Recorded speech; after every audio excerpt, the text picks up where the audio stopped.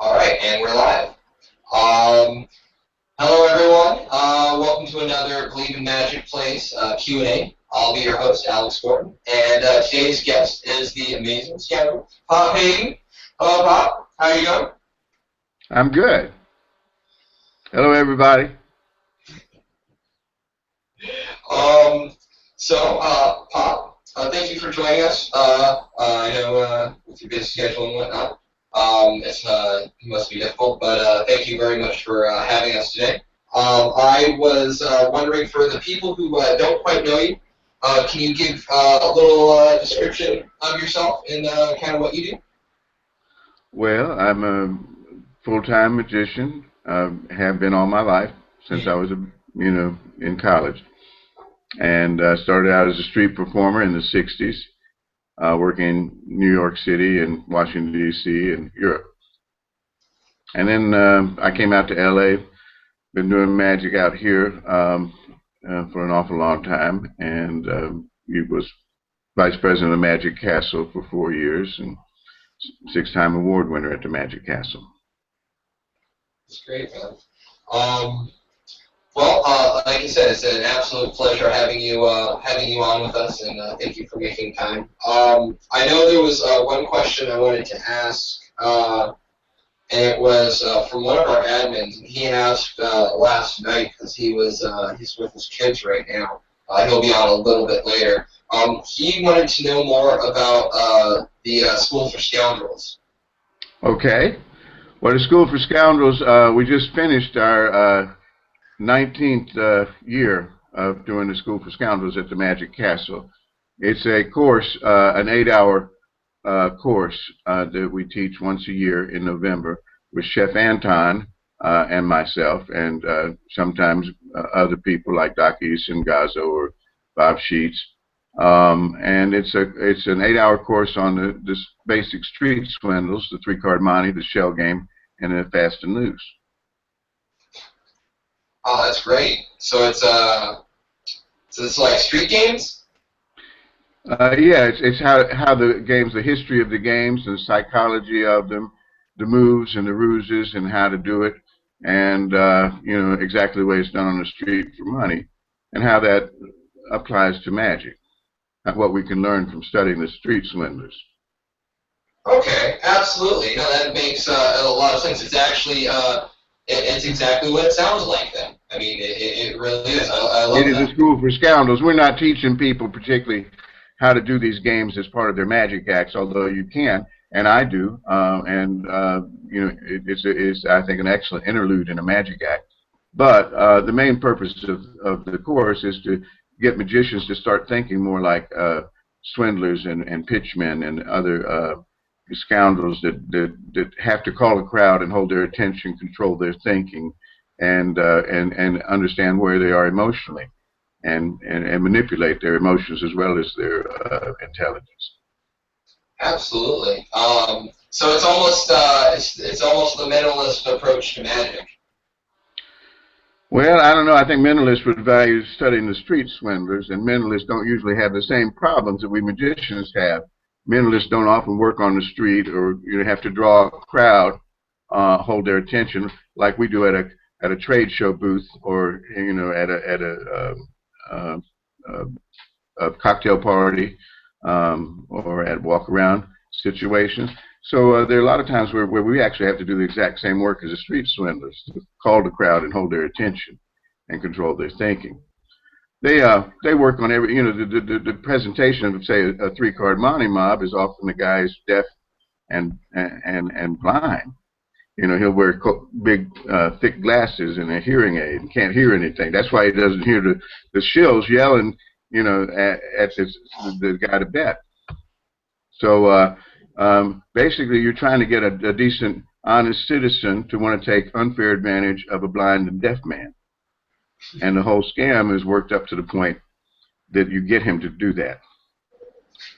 To do that, you have to know what he's thinking every step of the way, and you have to know what his motivations are and what might appeal to him and draw him into the thing. They use all kinds of tricks. It could be lust, could be avarice, could be ego, and they'll get the guy to the point where he's mad enough and thinks he has the best position possible, where he jumps at the bait, and then he gets taken for everything he's got. Well, see, if magicians thought like that, we would have a much better time controlling and making people enjoy our magic. That's what we think in the School for Scoundrels. I absolutely agree. I think social psychology is one of those things that is just really important. Because, like, for me, I'm not a stage performer. I'm a busker. That's all I do. I'd like to stage perform more, but, like, I eat glass on the street. I eat fire on the street. I do all sorts of stuff. I'll even do 3-card money here and there just for funsies. I try not to take anybody's money, but you get some pretty good tips off of that just because. Oh, yeah. We see the street performer already has an advantage usually over the stage performer. When you're hired to be on stage, it's not as easy to come out on stage and know exactly why you're there. The street performer knows exactly why he's there. It's to get the money. And he has to hold the crowd. He has to get them to want to give him the money. And then he has to boost them to give him the money right at the right moment. And all of that kind of stuff puts his whole act organized around the principle of getting a fat hat. You know, so he has an advantage over the normal stage. Normal stage magician, a lot of these guys walk out without no reason to be on stage. They don't know why they're up there. The audience will always assume, if you don't tell them, they'll assume you're there to get their approval, you know, to show them what a good magician you are. And then they sit back like they're judges on America's Got Talent with scorecards in their lap, waiting to judge you. Well, that's not a good performing situation. What you want to do is go out there and let them know right away that you have something to offer them, that you're going to make them laugh. You're going to scare the bejeezus out of them. You're going to make them cry. Absolutely. That was the way I think about it, is you're building value. Well, right. You have to come out knowing what you're there for. I'm going to pull your leg and make you laugh. I'm going to see, because if you come out and you prove to them you were the best magician they've ever seen, their judges and their reaction is going to be like this. I have to admit, the kid is good. He's great. I give him his props. This is good. This is good. That's dead applause. That's approval applause. What you want is to, like, scare them to death. And they go, whoa, that was scary. That was really scary. Now their applause is filled with joy, you know, from the scare you gave, or a laugh, or a mystery, or whatever it is you're there to give them to. But you have to let them know from the moment you step on stage that you're there to offer them something, to give them something, and you're not there for their approval. You're not there to impress them.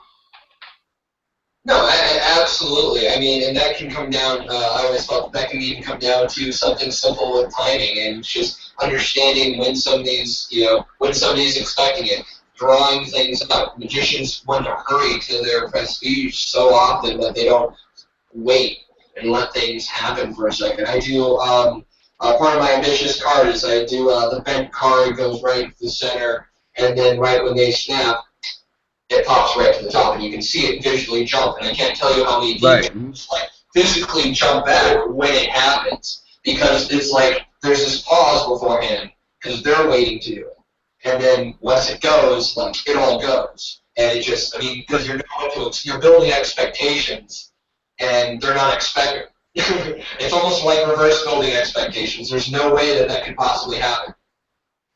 Well, you see, that's part of what's controlling people's thinking is, you know, Eugene Berg and I once had a talk about humor and how closely related it is to magic. But one of the things that he hadn't thought about that I brought out because of my con man, it's actually you can't tell a joke without lying, without deceiving people, without trying to move them away from the punchline. You know, you're always, as you're telling a joke, trying to keep people from hearing anything that might suggest the punchline. You're kind of guiding them down the garden path, and you're going to hand them a rake and a hoe, you know. But you can't even tell a joke without lying. A magician has to do the same kind of thing. He's always lying. And that lie is part of the humor. That's part of the fun of magic, part of the levels of it.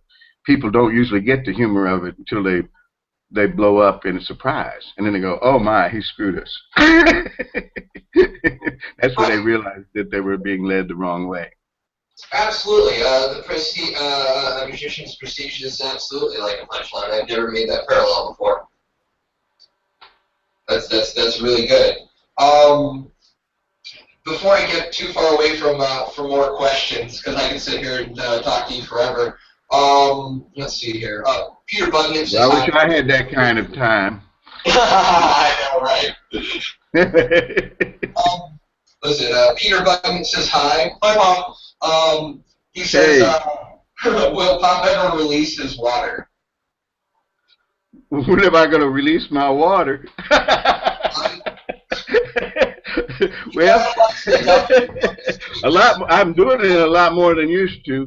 More with age, you know. You hit 65, you know, everything changes. You mean? I guess he means the magnetized water routine. Yeah. Oh, okay. I have not had. I don't have any plans to release that right now. It's a very complicated thing to set. That people would have to make all their own materials. The only thing I have put out is the magnetized is the hydrostatic glass that I use, and that will be available again hopefully sometime early next year. It's been off the market for about 6 months. But it's because of the glasses are hard to find. But I don't really have it's a very I can't imagine anybody else wanting to do it. It's a kind of eccentric routine. It's up on YouTube for anybody who wants to see it. By the way, my YouTube site is Pop Haydn. Can you see that? Yes. Yeah, you go to YouTube and you find all my routines. Almost everything I've ever created, I put up for sale. But usually I wait for 6 years or more, before I put it out. Not just because I want to keep it to myself, but because it takes that long to polish a routine before you're ready to release the pattern and everything. And the magnetized water, I've only been doing it for a couple of years, 3 years or so now, and just beginning to get it where I want it to be. It's a work in progress. So it'd be hard to release without putting out all the props and everything, and they're a pain in the butt. So I don't really have a lot of interest. If we put out a video explaining it and people want to use it, that we might do that. But I'm not going to be selling the props.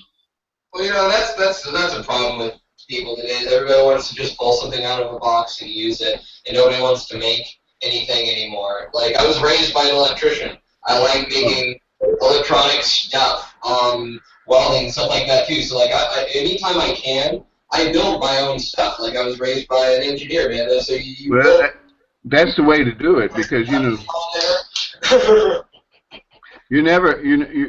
always going to run into a situation where your prop is lost at sea, or in the airport or somewhere, and you have to replace it. And sometimes there's no magic shops come and go. Magicians, see, I've been around a long time, and magicians think that the cups, there's a plethora of wonderful, beautiful cups for the cups and balls that have been available the last 10, 15 years or so. And magicians kind of take it for granted. We didn't have that when I was a kid. I would have killed for any of those sets, and when you see these beautiful things, and you better grab them now, folks, because they will go away. The people don't make those cups anymore. Some of the best builders of them have already died or retired. And, our last craftsmen, like James Riser, other people are retiring, calling down, and that stuff's going to disappear. So magicians forget how valuable those things are, but they come and go. If you want it, better get two. Right. No, absolutely. And that's really hard with a lot of different creatives. Like, it's particular builders. It's not like something manufactured. Unless you're going to go out and sell There's some things you can't make, like cups. That would be hard. But everything I can make myself, I try and do, because then I can fix it when I need to fix it. My teleportation device, for example, I made the first one back in 1981, and it was. I'm a terrible electrician, I don't know anything about it. I burnt through 80 batteries trying to remember Ohm's law, and finally, they need to be in parallel, not series. But I finally got it to work, and now and we put it out. Mike Forbes and I first put it out back in '90s, early '90s, and then he was building them. But you know, people can't fix them themselves. They want to send them back to you and say, "Could you reconnect this wire? It broke." You know, and it's like, you know, we got tired of that. So I just we quit, and then I put it back out as a video where people make their own. And that was the smartest thing I ever did, because now they either have to build their own or they go to a builder and have one custom made for them. But then it suits their act and their time frame. We have guys that made teleportation devices that look like Army field telephones. We've had some that look steampunk, some that look future, some that look like alien space technology. Even one, my good friend Kim Silverman made one with horns that comes up. It looks like something Merlin would use, and it's not even electronic. Then it's supposed to, he turned it back into a magic trick. So the bill disappears up here at the point of the two horns. But that, to me, is a lot more fun when people create their own style. And they don't have to change, usually, a word of the pattern. A few things maybe to suit their thing, but basically, you know, the same trick translates into entirely different people. In fact, I played it in two different characters. I used to play it as Whit Haydn, and now I do it as Pop Haydn, and they're two entirely different voices and characters and everything. Absolutely. You touched on it a little bit. Your childhood. I got a couple of people asking it, so I figured I should at least ask this. I'll go with Danny's because it kind of encompasses everything. Danny and Steve ask, at what age did you start in magic? Who are your influences then? And who do you like in magic now? Well, I started when I was about 9. I'd seen my first magic trick when I was about 6 or so. My father was a minister, and we had some missionaries from Argentina come and stay with us for a couple of days, and he dressed up in his gaucho outfit to do a talk at the church, and he had a mustache they put on with spirit gum. Well, he showed me a little trick with spirit gum where you could put it on your fingers and let it dry, and then go like this and make a little like spider web as you open your fingers, and that would float up in the air. It looks like smoke, and make smoke. I thought that was great. That was the thing that kind of probably hooked me. And then when I was 9, you know, I started taking it real serious and reading books and stuff. I was influenced. My father had gone to school with a wonderful magician named Dick Snavely from Raleigh, North Carolina. I was in Greenville, North Carolina, and he introduced me to Dick, and Dick kind of took me under his wing, and Bill Tadlock from North Carolina, and Rick Johnson, and Bill Spooner, Wallace Shawn, and all these North Carolina magicians. We had some really good ones. Wallace Lee and Philip Morris. All these guys were big influences on me when I was a kid growing up. And then I went to college and was involved in. I worked on the streets doing magic, and I worked in carnivals in a sideshow doing the fire eating and talking for the Spydora. And you know, so I had a lot of influence. My early influences really were more like Duke Stern, you know, for comedy. Duke Stern and Monk Watson and Carol Fox and all of those guys. They were my big influences on comedy. And then I have to say that Gus Hall, the my brain is stopped for a second. The magician Max Howard. Max Howard plays a reenactment of a magic show from the Civil War, and that had an influence on me, and made me think a lot about what the relationship of a character magician is to his audience. And you know, I came up with my own interpretation of that. How about in magic today? Who do you like? Who's out now? Well, I tend to prefer acts that are comedy based on character. You know, there's so many good ones. Tim Wright, for example, I think is wonderful, fun to watch, and It depends on whether you're talking about stage or close up. I mean, Michael Finney, of course, is great. And there's just a lot of good acts that are based, I think, on character. Even Cardini, see, I consider a character act. The magical character covers the trickster character. I think if there's one thing that I think is missing today is we're showing the trickster character directly to the audience instead of having a cover of a fantasy magical character. The character that believes the magic is real, that follows the magic as it's happening and is excited by it and confused by it. The audience knows behind that is the trickster, the guy who actually knows what's going on. He's screwing them. The magician's always, the mask is always slipping. And I think that double layer is what gives it both charm and interest and makes it interesting the second, third time. Billy McComb, I think, was one of the great masters of character magic. And he had several layers going on at once. He'd come out, you'd think he was this fuddy-duddy old man.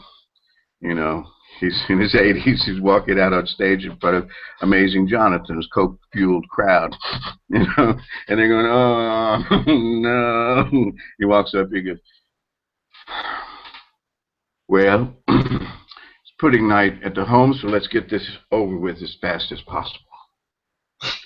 They just start laughing, and they go, "Well, he's all right," and he, makes drug references and does this, that, and the other. Pretty soon, the audience saying, "This guy's pretty clever. He's not as bad as he looks." And then, "Oh my goodness, I better be careful. He's really, he fooled me that time." And then, "Oh, he fooled me again." And then, "This guy's dangerous. I better watch it." And then he produces a whole chicken, or his cage vanishes into thin air, and he walks off like he's blown their minds. And the audience goes, "What just happened? I just got taken by that old man."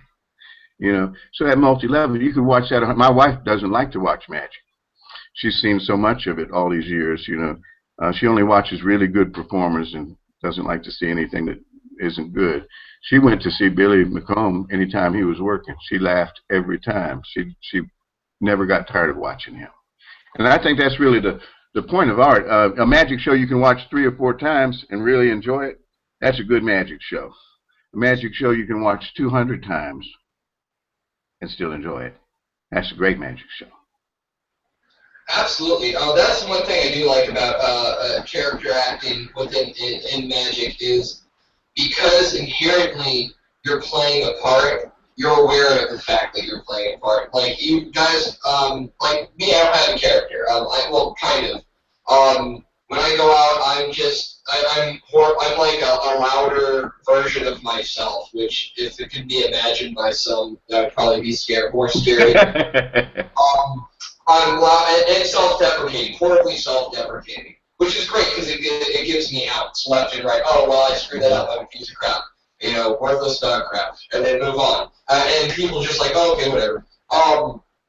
But like you're focusing on your relationship with the audience, and so many guys who are just going out to be themselves are just coming out to be themselves, and that's it. They're just talking to people, and that's what it is. You're not focusing on that audience actor, because we're guys who are acting like magicians. We're playing a part, even if we're ourselves, and guys just don't think about that.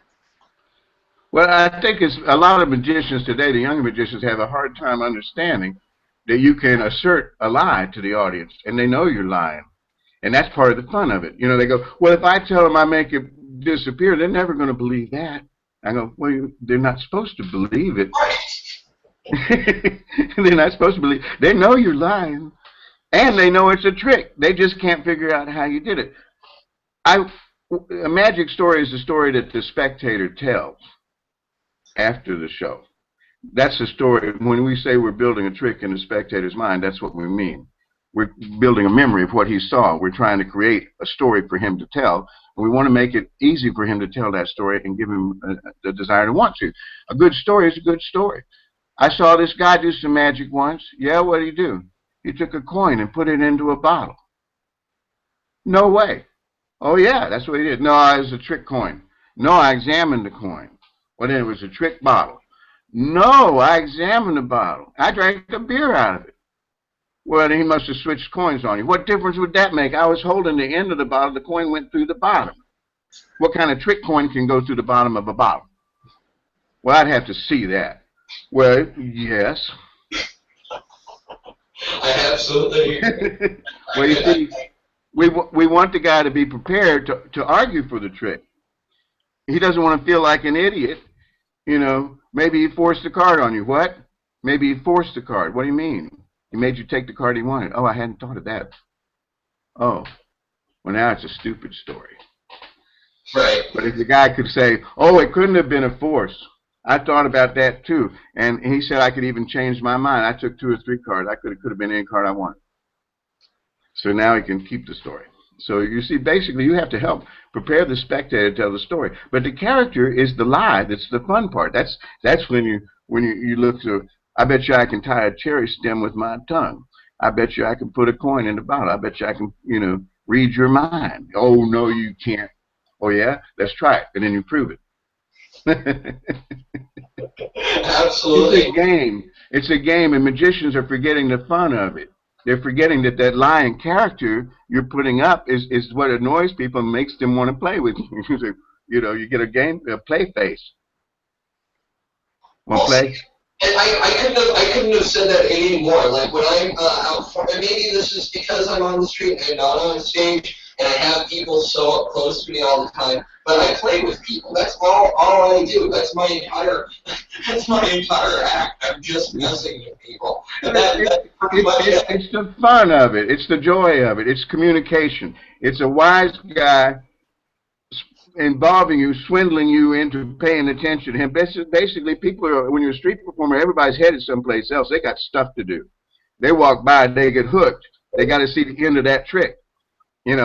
Well, you never get to the end. You keep stuff going so they can't walk away. You're holding them spellbound until you're ready to release them when you think they can't stay anymore and say, look, give me some money, I'll let you go. I'll stop the show, and you can go on about your business. Well, I think you get the joy of performing when you're playing with people, and I think today, if anything, I think magic's gotten way too serious, way too oriented toward the bizarre and the real, trying to prove that you can really put a needle through your arm and that you see all these weird things. But they've been great, and I'm not against that. But I'm going, that stuff just is kind of dry and boring to me and flat. It says, okay, that's interesting. I didn't know you could do that. But it doesn't have that joy of the lies and the charm of the bull crap character, Pop, my favorite moments are when somebody, I let a little old lady put her card with her name on it in the middle of the deck, and she drops the rest of the deck on it, and then she squares it. And I go, did I say square 'em? I don't think I did. Did I say square 'em? You're about the meanest woman I ever met in my whole life. It's okay, though, because it's your turn. But that moment when the lady looks at you like some woman older than me looks at me like I'm her granddaddy, chiding her, oh, you're the meanest little girl, oh, I think that's terrible, you're all of it. And they just go right into it, and they play back, and it's fun. That connection is a lot more the fun of it than than just beating them. Her card does come to the top. Right. But she'll never forget that I got mad at her. And that she squared the deck. And still it came to the top. Right. And that was, God, this has come up so often now, and it really does. You're including them in the moment instead of performing at them. And I think that's so much more powerful than any, I don't care what you're performing at them. You can transport a girl from here to there. If you can't. It's not my story. It's their story. They saw this guy and he did this. So you want to be the magician that they want to tell the story about. And the more interesting and odd, the more out of the ordinary you are, sometimes the more memorable you are. To me, a magician is like Doctor Who appearing in some place and having to prove that he's Doctor Who. you know, a Time Lord from another dimension. Well, he looks like one of us, he smells like one of us, and he probably is some kind of kook, you know, except that he has this sonic screwdriver, and it actually works. And he has the TARDIS, and if you go inside there, it's bigger inside than it is outside, and pretty soon you're going, this is all real. Well, that's basically the magician's job, is to get you to believe, have enough proof to make you believe in the fantasy character and put that foot in the door between fantasy and reality, where they can't quite separate them as easy. But you don't ever want to convince them magic is real, because that would take the fun off it. That would destroy one leg of the dilemma. There's no such thing as magic, but there's no other possible explanation. Right. I mean, it's not necessarily about the suspension of disbelief so much as it is, like, I mean, a good story. That's the thing, is, like, I do this for my friends all the time, and it's almost to the point where some of them hate it. But, like, you know, it doesn't matter what it is, grabbing and then that one, and every time I get them going, I still can't see it. I still, and that's almost more impressive to people. So even if, I mean, I want them to remember me, you know. So, not my tricks, not the fact that I did that. The fact that I did it so well makes them remember me, not what I did. You know what I'm saying? Well, I think you want them to remember both. You know, the thing that hooks the story is they still can't figure out the trick all these years later. And in fact, the more they tell the story, the more they'll exaggerate and make it better. So by the time they've told it 100 times, it's going to be nothing like the trick that they saw you do. But they wouldn't create that trick in their head if what you did hadn't really screwed them up. And, you know, it's like a magic trick. The dilemma opens a hole in the brain. It's like a burr under the saddle. I know it's not real, but what was it? You can't put it away as a trick because it seems so real. And you can't file it away, you know, as magic, because you know it wasn't real, you know. So it sits on your desk, and every time the word magic comes up, you pick it up and play with it. It's like a burr under the saddle of the brain. How could he have possibly done that trick? As long as they don't figure it out, they'll remember that trick forever. And that's why they remember your personality. That's why they remember your character, you know. Well, and the other thing is that the character is what makes it okay. You know, it would be scary and bad sometimes. Well, and of course, some artists might go for that, and that's okay too. But, you know, the character can be either a serious magician. You might want to convince people that you could be very Uri Gellerish. You could come almost to the point of charlatanry. And that can be one approach, or you can do it with you can assert the same magic. I can make something teleport from one place to another. I have a teleportation device. You could do that. You could demonstrate that to investors. And if you did it well enough, you could make them buy the fake machine that you created. People have done it. They've done it with money machines, you know, to make money and things like that. Well, the same thing you can present with a lighthearted, less serious, you know, presentation. You can, you know, make fun of the teleportation device, like it was a machine that you would sell, but you're demonstrating it just for entertainment. And you could have a much sillier thing. I think Pop is a crazy person. You know, he's a con man and a swindler, but he's also an adventurer and a wild man. So, you know, he really shouldn't be in control of powerful things like the crystal ball that Cleopatra had, or the teleportation device, or the Tesla coil that we use in our show. He really shouldn't be fooling with high pressure electricity or dangerous, you know. He's on the other hand, his innocence, that he just thinks all this stuff is neat and is showing it to everybody. He's probably the only one that should have those powerful objects. Right, absolutely. Yeah, man. I've thought about it for a while, having a character and like having a stage name and all of that. And the more I thought about it, the more I just didn't think I could pull it off.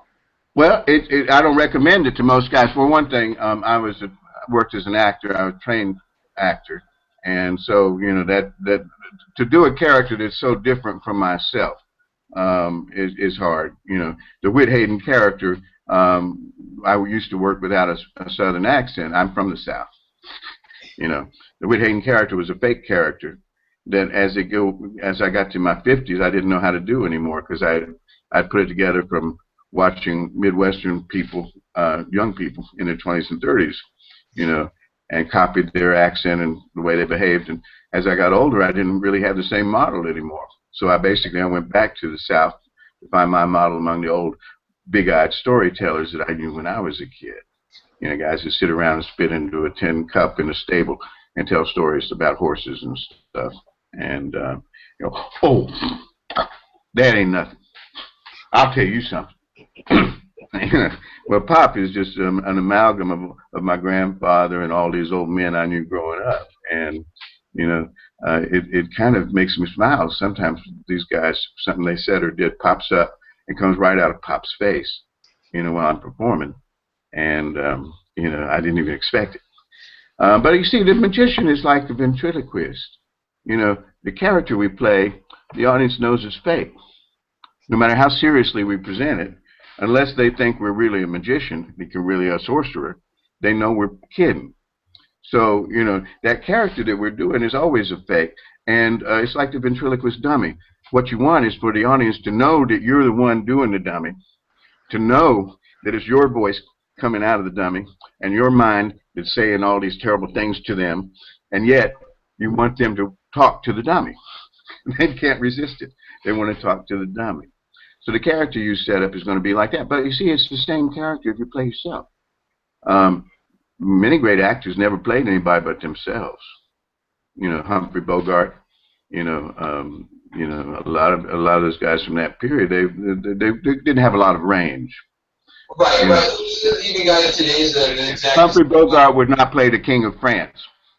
Right. You know, believably. Like that was the newer one. Jack Black always plays Jack Black. Yeah. Well, yeah, but it's their personality. But you see, that doesn't mean they're not good actors.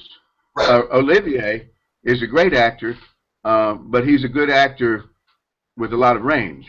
He can play, you know, Broadway Danny, you know, kind of character, or he can play, you know, a Nazi, or he can play a Jewish guy in a concentration camp, or he can play a great French detective. He has huge range.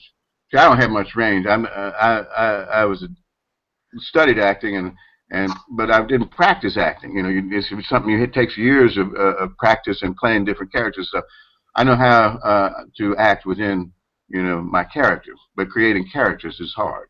Pop is kind of the most difficult and biggest character I've ever created, but it's really only the second one in my whole life. You know, the character you play, it could be just you, like you said, writ big. You know, that's not the point. The point is the character you're playing is the one that believes in magic, the one that thinks the magic is real.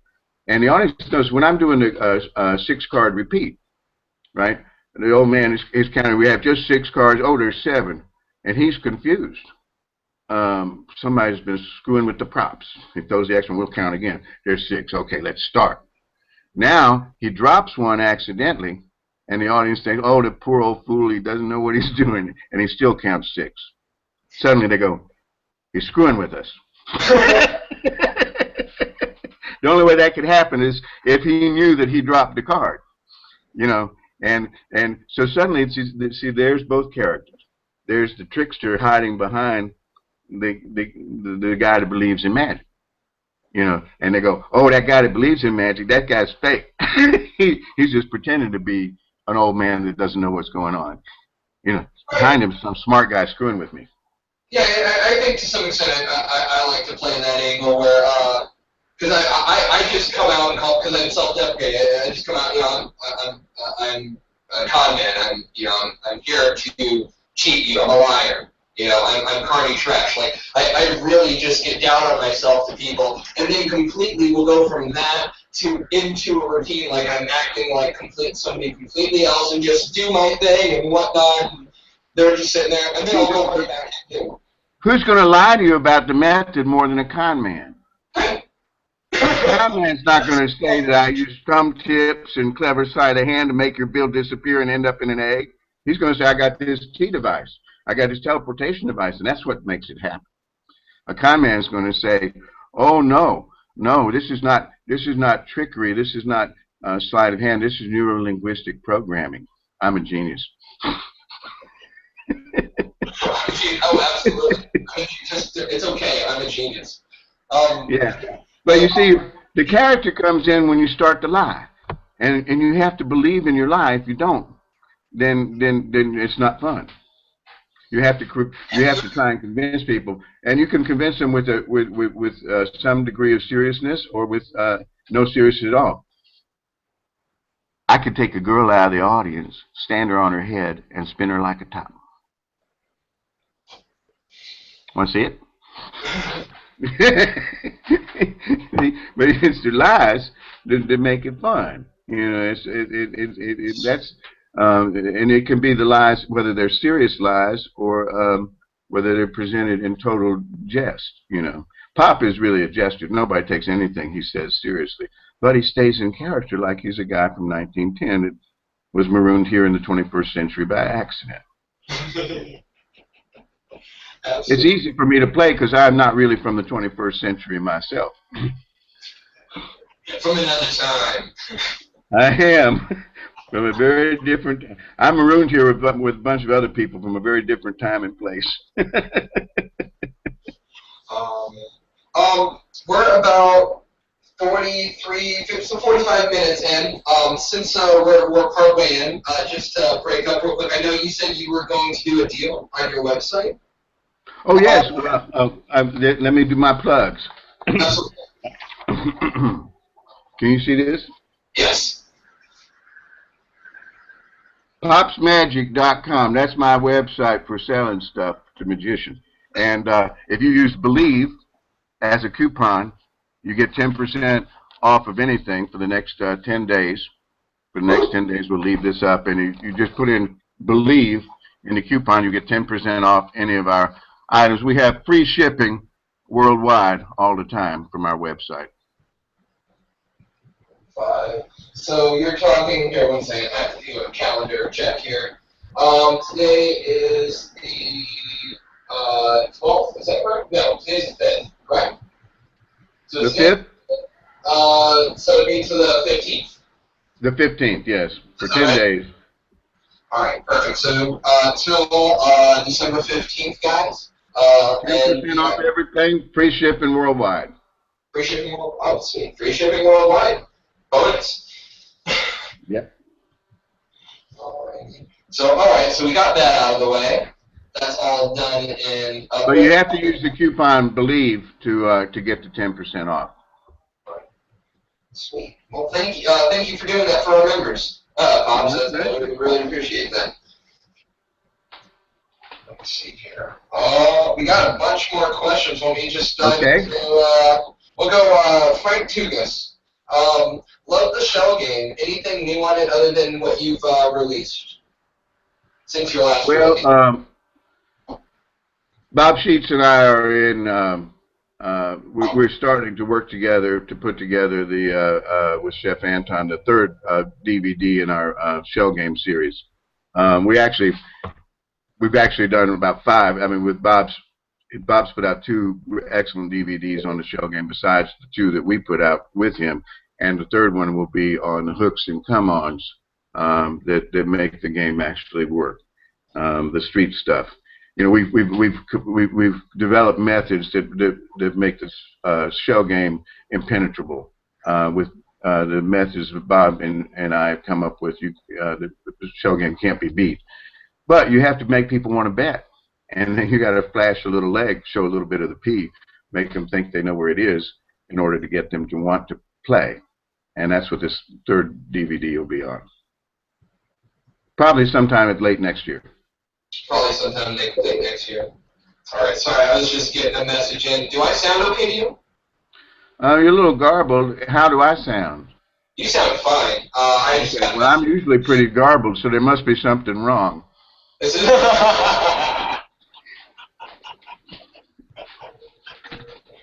Well, as long as people can understand me, they're not supposed to be listening to me anyway. They're here for you, so I don't actually matter. Again, easy crap, party trash. So,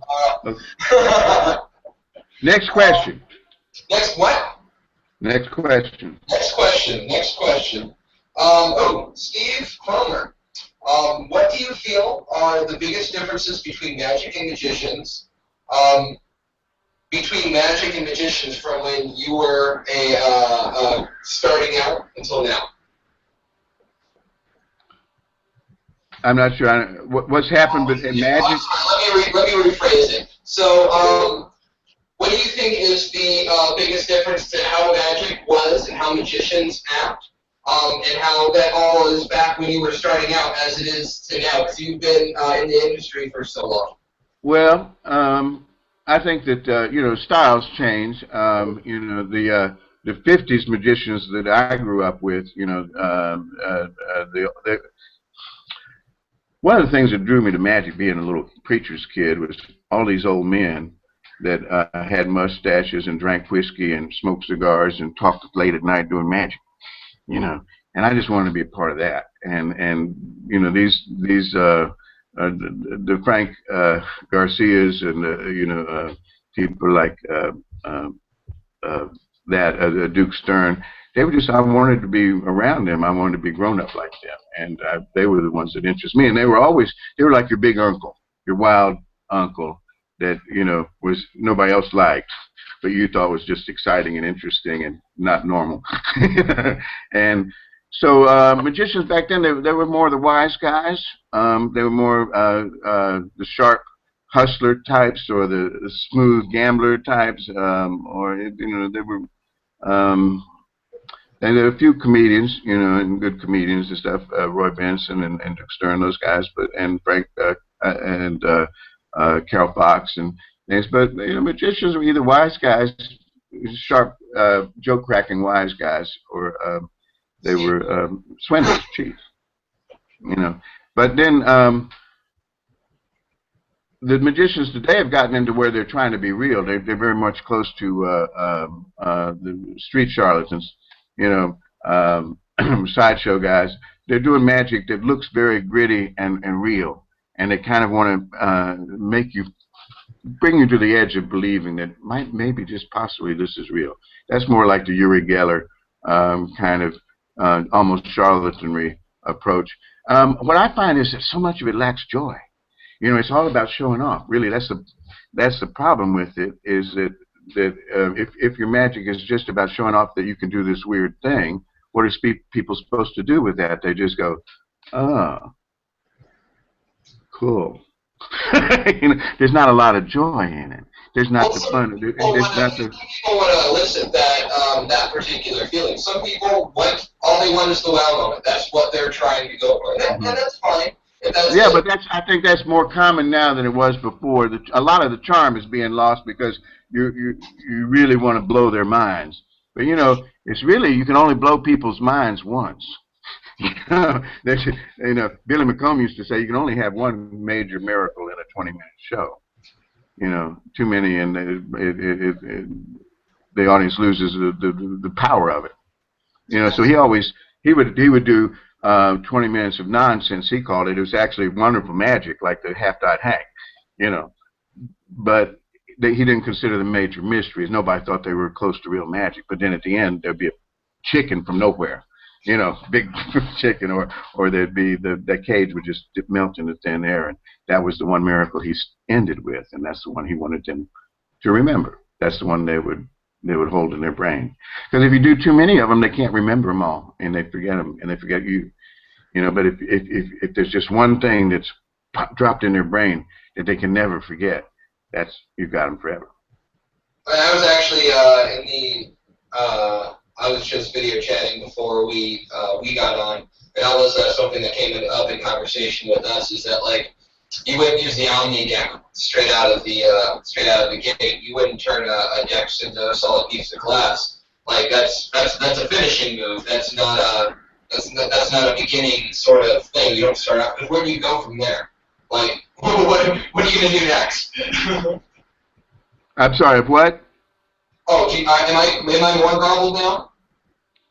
I'm having a hard time understanding. You're talking about the one trick that blows their mind should usually be at the end. I don't completely agree with Billy. Especially in close-up magic, I believe in one powerful trick after another. I like to do all closers, especially in close-up, because you don't know much time you're going to have when you're in walk around. People get called to dinner, the food comes or something, you know, can happen. So I always start with really strong tricks and end with really strong tricks. But I think that the power of that is that if you open their brain a couple of times, you know, if you beat them up really bad a couple of times, then they're ready to believe almost anything. And then that last trick can be really crazy, you know, the levitating card or the floating bill or something, and you crack their minds open enough that they can accept that.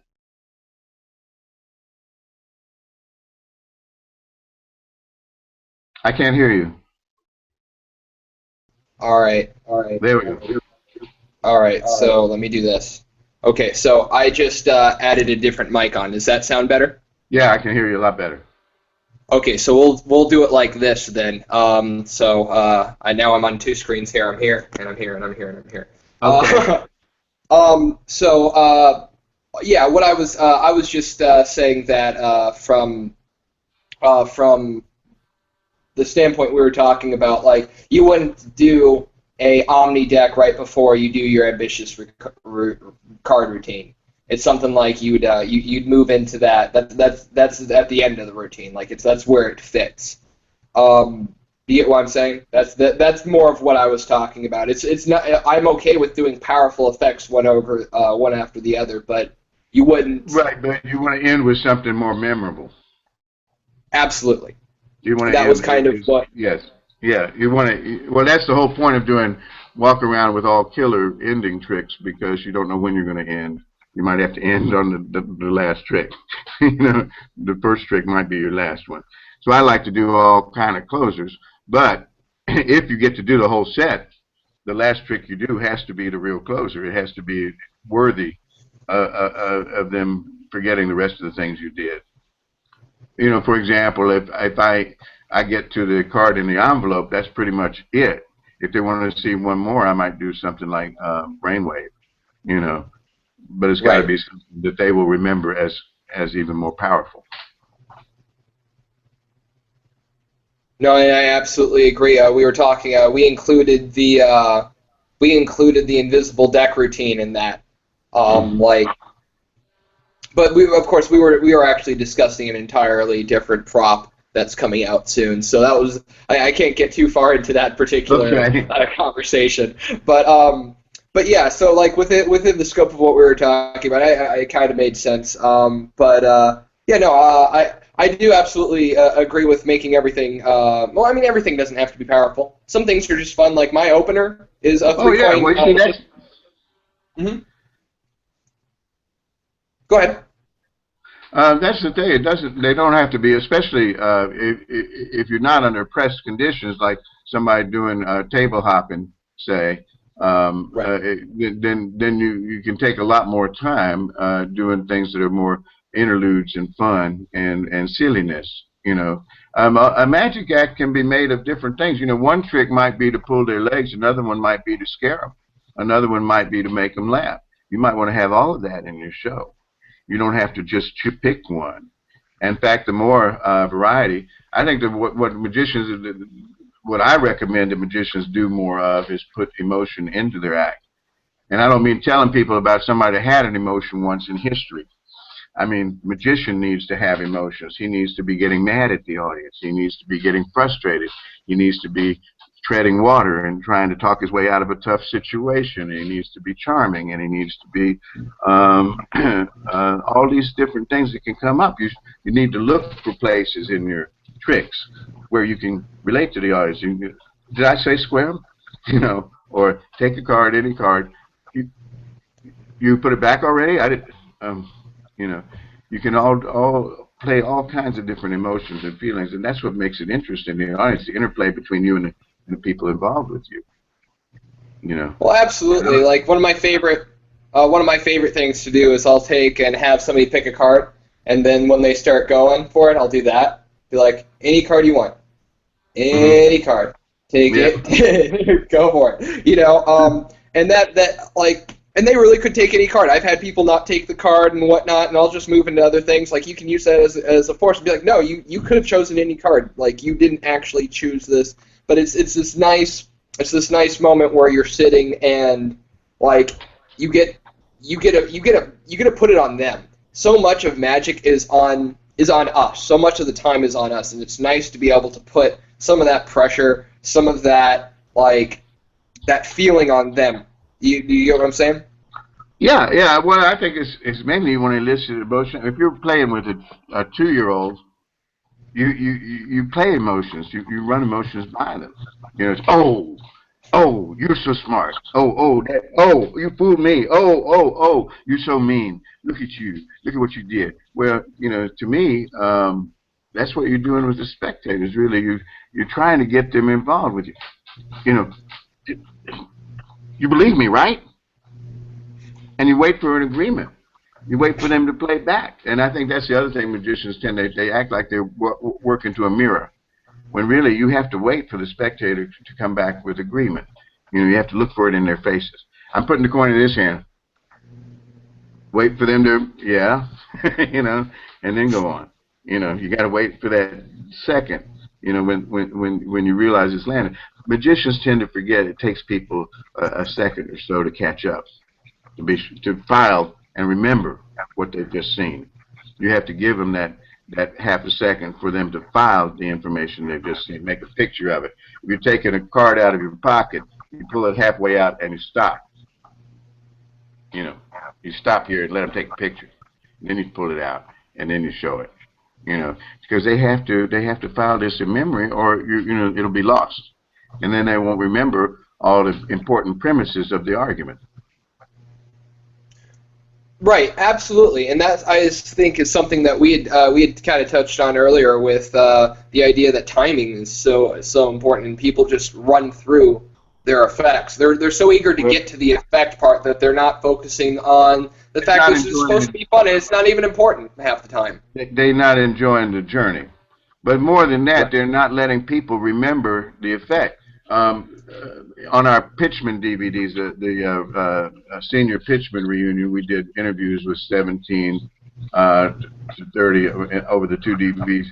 Pitchmen over 60 years old who have been pitching knives or Svengali decks all their lives, 40 years or so. And Dave Walker, the great Svengali pitchman, one of the greatest to ever live. S. David Walker is a dear friend of mine. He was talking on that tape, and he says, I always tell my students to speak slowly and to pause between each thought. And when they think they're doing that slow enough, pull back another 50%. And he was doing it as he said it. It was a great lesson to me. He held everybody's attention, you know, and yet people could remember what he was saying. It would sink in. Absolutely. Yeah, that's. I think that's absolutely important. Yeah, you know, that's. I don't know. I can't say enough. I cannot say enough about having to learn to walk through things. And I guess that is a bit of an advantage. Anybody who's doing close-up has. Anybody who's going to do tables and whatnot. Your spectator's right here. You get to sit there and see things, and you get to know when things aren't working out, when people are confused because you've gone through things way too fast. I can't tell you how many times when I first started doing bar hopping and being out on the street where I'd sit there and run through something and somebody's just looking at me like, what? I don't even know what I'm supposed to be in oohing and ahhing right now because I don't have any idea it all happened so fast. You know? Yeah, you have to give them time to catch up. You have to remember that it takes them time to recognize what's happening and to record it. You know, and I think magicians just don't spend enough time like that, getting agreement with the crowd. Magicians tend to run they learn to run before they learn to walk. And it needs to be they need to learn to walk. Well, everybody wants to learn the cool tricks first, but like the people skills are really what's important. Like, I mean, the effects are special. Important. See, I hear this all the time. Presentation is more important than fooling people. This and that. No, it's all important. It's like what's important to an ice skater? Costume, yes. You know, the skates, the Right. equipment, their skills, but also their joy and their emotional stuff. It's you can't do without any of it. You have to have all of it. Well, um, right. But my justification for saying something like the effects aren't as important is because there are guys who can go out and do one or two effects throughout an hour show and captivate and move their audience just as well as somebody who's gone out and done 10, 15 effects and Hmm. included everybody on stage and whatnot. And so the effect But itself, how many are in there and that you're running through them, like if you can make them feel whatever, even if you do it once, that to me well, just that's fine. No, feels that's not what I'm saying. But thing, if you're going to waste half an hour of time, those two effects need to be really worth. They need to be really enough of a good. payoff to make it worth doing. But they see it's that there's no rules, and everybody can do it any way they want. What I'm Mhm. saying is here's another thing that people have neglected about it, and Mhm. I think that we can learn a lot from these pitchmen who have to call a crowd and get them to come over and watch and hold their attention. They know what they're doing. They have skills and methods for doing it. We can learn and adapt. I use them all the time. When I'm want to get a crowd together and I'm in a busy floor, and I'll say, you know, I'll use a pitchman's trick. Ladies and gentlemen, I have an important announcement. I have a public announcement. Could I have your attention, please? I'm Pop Haydn. I have some important information for you about a wonderful product which I am convinced is one of the great discoveries of this or any century. You see, if you know how to stop the crowd and get their attention, and then make it okay that you were screwing with them, so, you know, so that you could draw a crowd, then you're ready to go. But Yeah, I there learned has to be that a from payoff. pitching.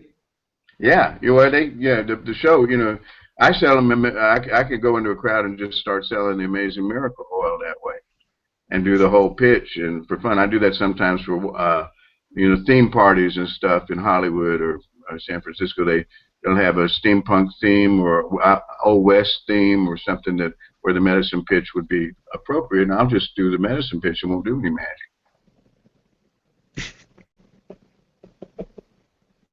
That's I always a also good one. running for. I'm going to be running for president in the next couple of years, so I do a lot of political speaking as well. Okay, good, good. That's good. Have you picked a running partner? No, no, I'm not really. I don't need a partner. I don't want to have to split the money with anyone.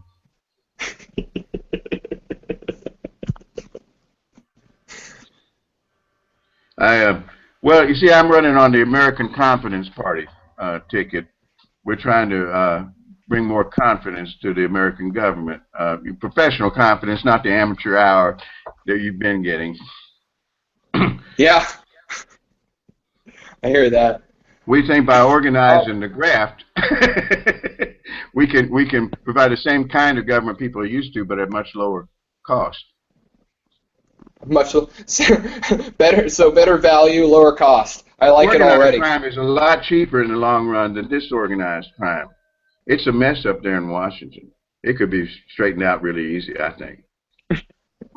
Get a couple of Using the mobsters. principles of the great Sophie Smith and others. Let me see. All right, so we're heading close to our hour and a half mark here, Pop. Let's run through a couple last questions, shall All we? right. All right. Let's see here. Laura, let's see here. Laura Isley was wondering, what's your creative process like for creating effects and whatnot? Do you start with your character, or do you No, start with the effect? I start with the effects. I always pick. I like to. I start with classic tricks usually. I try and find something that's been around for a long time, and show them that it has some legs. And I look at it and I try and find what it is that that attracts me to this trick. What is it I like about it? I like the trick to tell me what it wants to be and tell me how I can move it. And basically, what I do is I look for the things I don't like. Here's what I like. This is what I want to bring out of it the most. And this is what I don't like. I want to get rid of this. Maybe I can't do it surrounded, or this, that, and the other. So what basically, to me, creativity is just solving problems. Originality is not a proper goal for the artist. The goal is to create and give expression to your art, and you should steal and know how to steal if you have to in order to do that. The point is to solve all the problems. The point is to get the trick where you've taken the problems that other people have solved, and there's things you don't like, or things that, you know, the way you want to use this trick may be different from the way they did. So you have to solve all those problems. And as you solve all the problems, how do I make it fit my character? You know, I already had a great act as Pop Haydn. You know, I wanted to find a way to take all that same magic and put it into this new character. So I had to find ways to adapt the magic, but I didn't have to change really a word of the rope routine or the ring routine or the teleportation device or any of that, you know, in order to do that. I just had to perform it within my character. But you have to solve a lot of problems for doing that. For example, when I started out doing Pop in 2005, it's only been 10 years. I'm just now beginning to get the character where I want it to be. When I first started, he was just a con man, did the shell game. It was just supposed to be a character I played when I did the shell game. But the voice, I tried to do a Western accent. I couldn't do it. So I decided to do like my granddaddy, you know, an old Southern accent, old man style Southern accent. And I found that people were drawn to it. They were excited by it. And, you know, I said, well, this is great. So maybe I'll just bring this more into, maybe I'll create a character, an old man character I can do more things in. Well, as I gradually grew, I wanted to do all the stuff. I wanted to be able to do card tricks and close up. Well, why would he? Well, a con man, of course, could do card tricks, but why would he put, you know, do magic with it? Well, then I thought about, well, Erdnase he was a card sharp and a magician and loved to entertain people with magic. So why couldn't Pop be that way? But then I wanted him to also do the linking rings and the ropes, so I had to make him a vaudevillian, you know, and then I wanted him to be able to do the teleportation device, so he had to be a tinkerer in like Tesla coils and electrical stuff. And so putting everything into a character from 1910 took a lot of problem solving.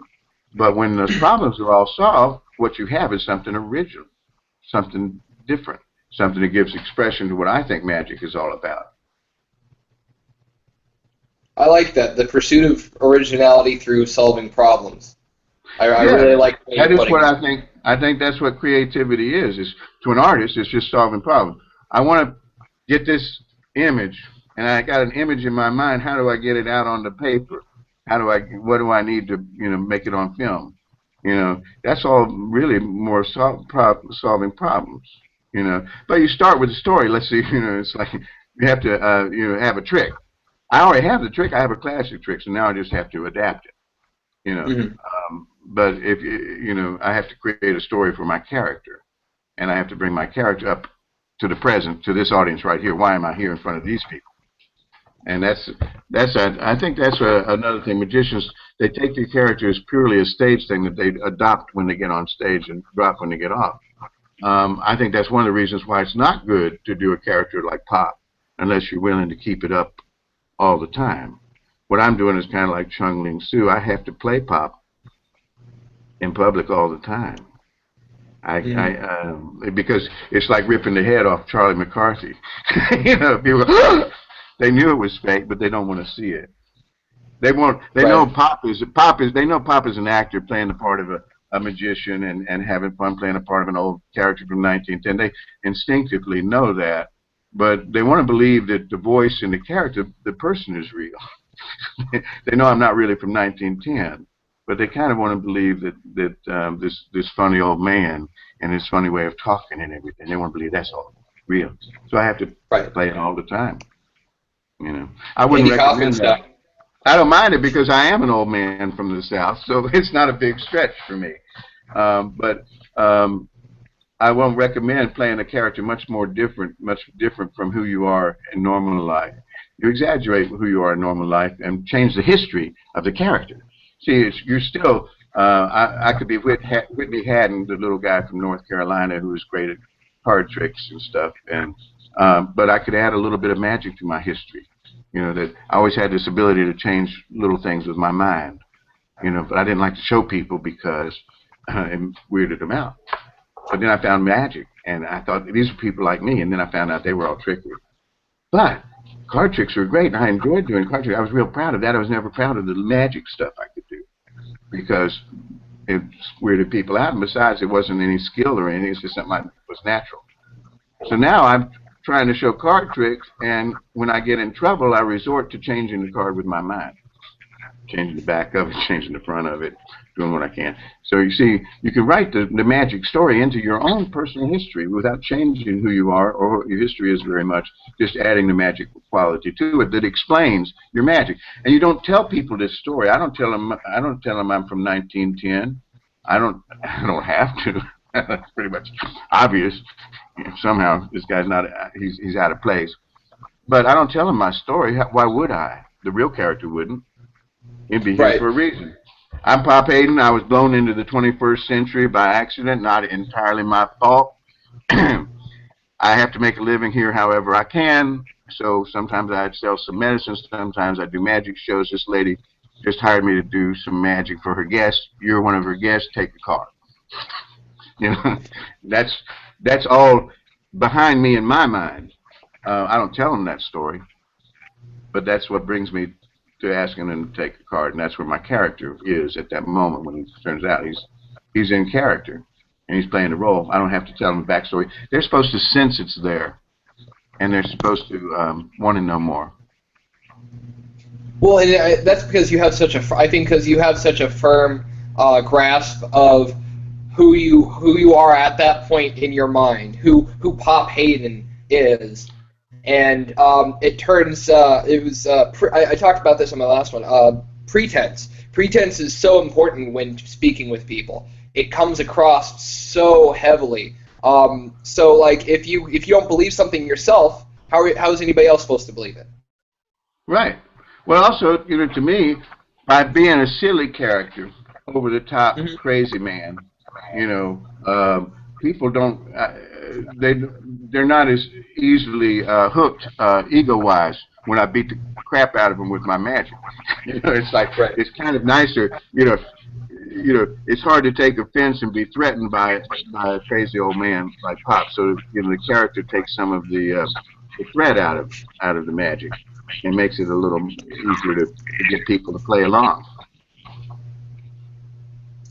Absolutely, and I think that is something that's nice, especially about a lot of like method style acting, a lot of character acting that a lot of guys are doing, or that a lot of guys used to do, and you just don't see very much anymore. I know there's some guys, a couple guys out of England, the UK, that do a thing where they're out of like the 1800s, you know, sort of style. They're kind of medieval, and there's a few guys, but you're absolutely right. There's very few guys that aren't like, that are like playing with a role as opposed to like really trying to purvey magic as like magic. There's always been a lot of people that put on a Merlin robe and play the part of Merlin, but then they take the robe off and take the beard off and go home. There are a lot of people that do Renaissance magic and things like that, you know, but they're playing a character that's just for the show, and that's all right. That's fine. What I'm talking about is as your magician character, I wanted a magician character that I could use for both close-up and stage and be the same character and be all the time. So I chose a character that I could grow into as an old man. Billy McComb told me when he was about 55, he decided to become an old man because, you know, it was getting harder to compete with the young, handsome magicians coming up, and, you know, he says when you get to 55, you have to kind of change your characters, so it adjusts, and he found it was great. He dyed his hair white when he was in his 50s, early 50s, and started acting like an old man. He said, I got away with murder because, you know, you could flirt with a girl, and because you're old, her guy doesn't realize it, you're really flirting, and the girl does. He said, but you could get away with dirty jokes, you could get away with a lot more just by being old. And he says, when you get to your mid-50s, you have to kind of think about that and what you can do, what kind of character you can play the rest of your life. And so I did. When I was about 55, that's when I started this Pop Haydn character. And I've been having a hoot doing it ever since. My wife, I talk like this at home now with my wife, and it's hard to move out of the voice once you've been doing it a long time. Absolutely. I was going to actually ask you that here in a second. It was like, do you accidentally come home and just get stuck like that for I'm stuck hours like at a this. time. I'm stuck like this. I talk like this all the time. Of course, it thickens up when I'm on stage playing pop. It's a lot more Western, a lot more thick accent. But you know, it's like this. This is about it. It's too hard to move back and forth. Absolutely. Let's see here. We'll finish off today. Something I think you could probably elaborate on for a little bit. What's your favorite con game to perform and why? Well, the shell game. The shell game is by far my favorite to perform. But there's a caveat. If I'm going to be there an awful long time, I like to bring the chain in, the fast and loose. The reason is because fast and loose cannot be beaten. The shell game, if you play it for a long time, like at a casino night, 3 hours, some people stand there for the whole 3 hours and just study you, and then they'll start winning if you're not careful. It can beat them, but then it begins to look like you're beating them. You know, and it doesn't become fun. It becomes a real fight with this one guy that's determined to beat you. So, and for them, I like to switch in and out with the chain and the shell game. But the shell game is much more fun, I think, for presenting. There's much more variety, much more difference in sleight of hand, and much more places for fighting with the audience. You know, the three-card Monte, for one thing, is limited in sleight of hand. You can keep it up for a long time, but it's really meant on the street. You only do the hype once. The rest of the time, it's all honest. Magicians, when they do it, they have to do the hype all the time. They have to win all the time. They have to look like they can always win, because that's what makes it interesting. If you lose once, the audience goes, "Oh, you suck." I beat him. You know, you have to win all the time, and that's what makes it entertaining. And to win all the time, you have to really be on your toes all the time, and you can't let people sit there and study it. The guys on the street, they don't do the hype until the money's on the table. Nobody ever sees a trick move until they're betting on it, and then it's the first time they see it, it's the last time they see that money.